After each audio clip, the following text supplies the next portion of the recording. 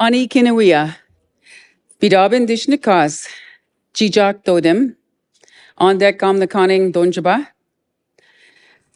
Greetings, everyone. Greetings.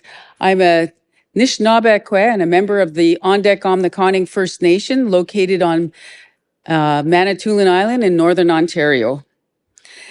And for the, since actually 1988, I've been the general manager of the Wabatek Business Development Corporation, which is an Indigenous financial institution serving Northeast Ontario. And it's invested during that time 160 million in nearly just over 4,000 businesses, Indigenous businesses to date. And I also serve as the chair of the National Indigenous Economic Development Board, which is comprised of Indigenous community and business leaders from across Canada. Our mandate is to provide advice and guidance to the federal government on Indigenous economic development in Canada. It was Commissioner Murray Sinclair who brought this term reconciliation to the forefront in Canada. He spoke of the different phases of reconciliation: awareness, knowing the true history of Canada and its impact on Indigenous peoples; acknowledgement, understanding the situation of Indigenous peoples today; apology, being sincere about any role that you or your organization or company may have had in suppressing the rights of Indigenous peoples; and finally, atonement, which is comprised of meaningful actions to make things right. So in considering the act of reconciliation, it's important to understand that of all the devastating effects of colonialism on the social and physical health of our communities, one of the most nefarious objectives was the deliberate exclusion of Indigenous peoples from sharing in the wealth of this country. Wealth generated from the very lands and resources in our traditional territories, our homelands, and our treaty areas. Over the past decade alone, Canada has exported more than 300 billion a year, or 3 trillion in natural resources from our traditional territories. Our communities do not receive a fraction of this value. Rather, our communities continue to live in poverty alongside these major developments. Why is that? The disparities of socioeconomic outcomes that First Nations, Inuit, and Métis people experience are the product of deliberate policies of dispossession and exclusion. Our people continue to suffer the poorest health outcomes in Canada, resulting from years of forced malnutrition and poverty, much of which is a result of the Indian residential school system and the resulting intergenerational trauma. We continue to represent the largest percentage of those incarcerated in Canada's prison systems. Indigenous peoples continue to face deeply rooted systemic and institutional barriers embedded in the Canadian legal, education, health, governmental, financial, and economic institutional structures. Did you know that First Nations people and communities could not hire a lawyer until 1951? Imagine that when we claim to have a fair justice system, fair and objective justice system. Yet First Nations were deliberately denied access to legal representation. We weren't allowed to vote until 1960, so we didn't have any say in the legislation in this country. But our people served in Canada's armed forces during the World Wars at levels higher than any other nationality on a per capita basis. Many First Nations people were not permitted to sell agricultural products or purchase agricultural equipment without the written consent of the Indian agent, who generally refused consent due to the pressure from non-Indigenous farmers. Many treaties promised agricultural equipment and livestock to First Nations, but then the government reneged on providing those provisions. Laws were made to make it illegal for First Nation peoples to sell fish, seafood, furs, and game off the small land bases where our people were forced to live. Some of these laws still exist today, particularly in the seafood and fish industries.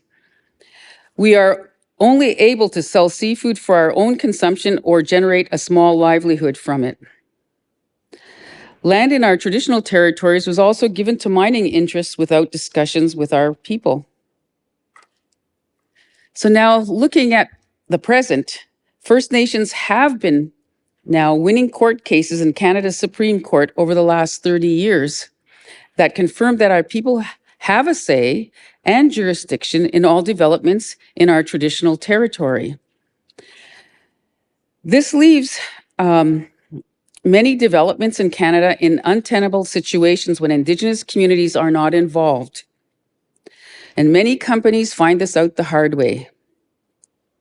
Failure to include traditional owners of the lands in all phases of initial project concepts and developments can halt projects indefinitely.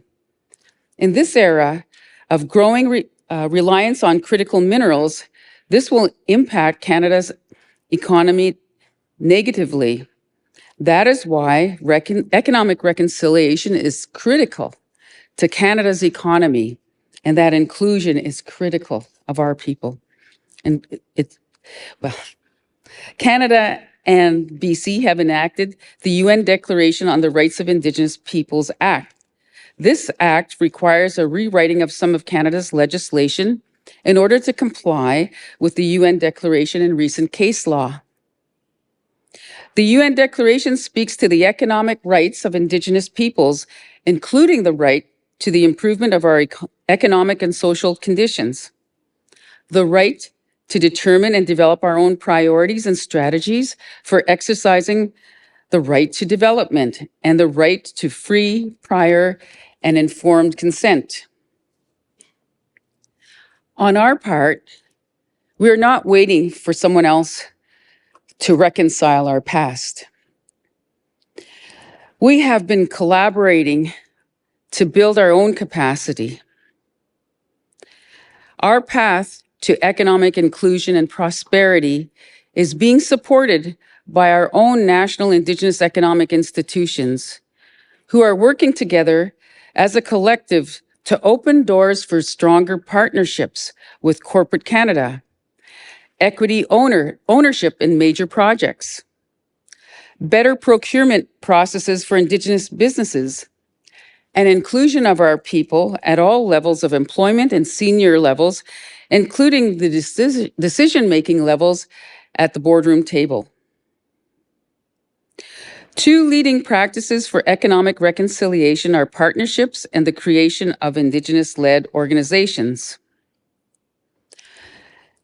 We have Indigenous-owned and led institutions such as the First Nation Major Projects Coalition, comprised of more than 155 First Nations across Canada.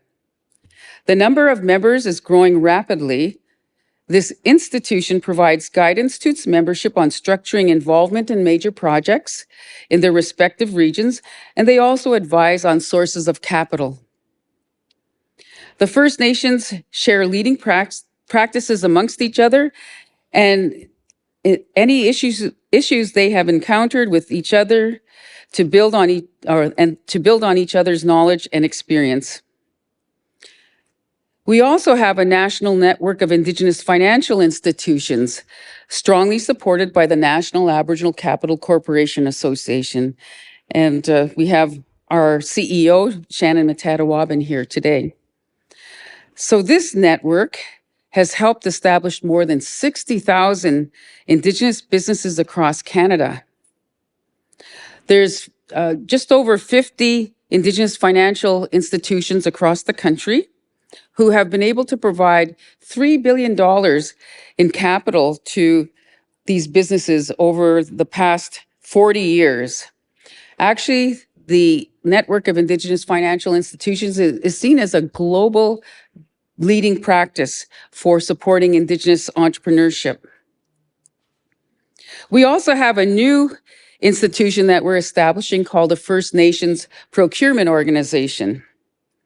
So this organization is being designed to assist all interests, entities that are interested in procuring the goods and services from Indigenous businesses.